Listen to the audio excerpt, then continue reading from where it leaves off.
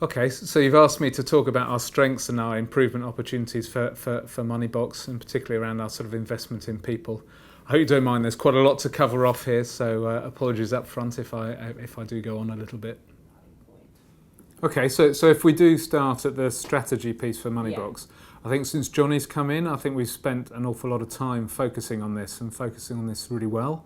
I think we've got a clarity of vision in terms of where we're going now, and we spent quite a bit of time to get the alignment in terms of our objectives there. And I think I'm pretty confident that we've cracked that one. There's a few things we've got to get right though. So one of the aspects is because I think partly because of our history, we can still be a little bit tribal. So we talk about being one team and connecting together, but we're not quite there yet. So I can take, for example, let's say one of the regions, and Richard Hogg, as an example, probably comes across as quite individualistic, and it's not just me saying that. I think many of my colleagues would say that as well. So we've got to really focus on at the leadership team in terms of getting our role modelling right and our messaging right behind that strategic direction. More of one voice, collective, not individualistic. So one of the things I'm going to focusing on over the next sort of few months is about really getting that alignment right in terms of what that means for senior leaders. So their role modelling as part of that. Also think we just need to focus on in terms of looking at the underlying leadership capabilities that will support our strategic vision now. So we've got to get that, and once we have that in place, we can start looking at an accelerated leadership programme which ties all of those things together. Both of them have been quite significant acquisitions for us, both Harwood and Williamson and MJM in Manchester and Glasgow. I think we've been pretty good around here because many organisations can struggle around acquisitions, but we put together comprehensive change programmes for both areas. We put change champions across the ground. We worked really hard on getting our internal communications right in each of the regions. And particularly focusing on the sort of impact of change. So I think we've managed that pretty effectively. Always one of the issues whenever you're sort of merging two organisations together is how do you get the leadership right? So again there I think we've sort of demonstrated trust in the way in which we've been quite open and transparent in the way in which we've selected the leaders into the sort of key positions in both of those areas. First thing to say is right up front, from a performance perspective, we've always been really, really strong in terms of focusing people in on their targets and what they need to deliver. Underpins our growth strategy going forward. So a really strong focus on that what. What I know we need to do now is just balance that to some of the things I was talking about earlier in terms of the how we work together, the leadership that we exercise, etc. So just need to get that redress of the balance between the what and the how without losing sight of the what. So that's one thing I'd say from a cultural perspective. Second thing I'd say from a cultural perspective, I think what is great about here is that we're genuinely committed to our work with the community and the whole giving back and volunteering. So absolutely encourage everyone to invest their own personal time around that. And what's great is we've just got a whole list of examples of where we can tangibly demonstrate how we've benefited the communities, particularly at a local level. So that's something I'm really proud of. Third element that we're focused on, and this really comes from Johnny, and he's a fantastic role model here, is just in terms of thinking about work-life balance.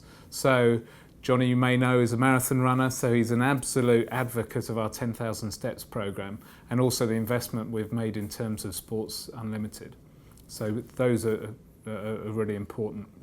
And the final aspect, and like many organisations, we have to look at the sort of gender situation seriously. Like many organisations at a senior level, we're nowhere near where we need to be. Well, I'm comfortable in terms of if you look down through the ranks and the feed through that we're getting, I think we're putting the right investment in the right places at the moment. So where are we from a talent and development perspective? Not in a bad place. I think one of our big issues is ensuring that we keep getting flow through of bright young talent into the organisation. So really working hard at that because that sort of dynamism is key to us. I think we're also losing quite a lot of bright young women to our competitors. So we need to not only sort of replace that but to rejuvenate as well. Secondly, around that, I know Johnny's tasked me about putting together an accelerated high development programme, which we're going to focus on later this year. From a succession perspective, one of my real frustrations is still we're not having the right conversations when we're coming together as a sort of top team. So our regions still tend to have a view about promoting their own staff rather than looking at the collective agenda and who's best for the job. So we really need to work that one through. Closer to home, I just need to focus on my own training team. Two areas particularly there. One is in terms of really having a thorough understanding of the business, and I'm not sure that's in place. And secondly, demonstrating real technical know-how about learning and learning in today's business, not in yesterday's business. So we just need to focus on those.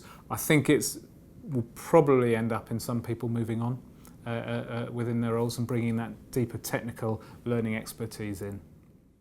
First thing I'd say, just in terms of people being clear of their responsibilities, I think we've done a fantastic job in terms of cascading people's objectives down through the business, so everyone knows what they have to deliver, which is key to our ongoing success and growth.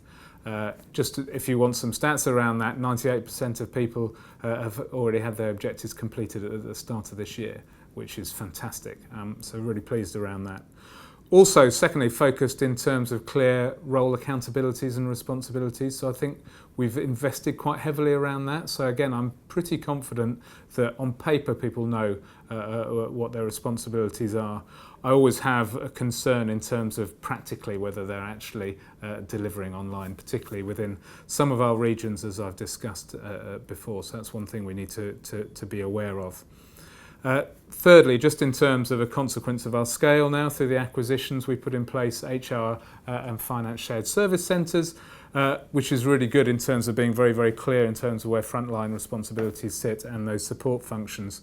As always in programmes like this, there's teething problems. We've had quite a bit of pushback in terms of people having to do their expenses online or manage the whole performance cycle online. But we'll get there with that, and particularly that's where our network of change champions are coming in, just to coach people and encourage them to embrace a slightly different way of working from before. Finally, I think it's probably worth saying that this is a great place to work at the moment. There's a really good energy and a really good feel around the business, which I think is something that we can build on. A lot of that, I think, comes from Johnny, by the very nature of who he is. I think his sort of inspirational leadership is a catalyst for a lot of that energy. And also, just at a more personal level, he actually spends quite a bit of time. He's a great role model, so he spends time with me, coaching and supporting me in terms of what I'm seeking to achieve. So all of that's kind of positive. We've got some real opportunities now with the technology, innovation and a different way in terms of servicing our clients. So I think the future is really bright for us.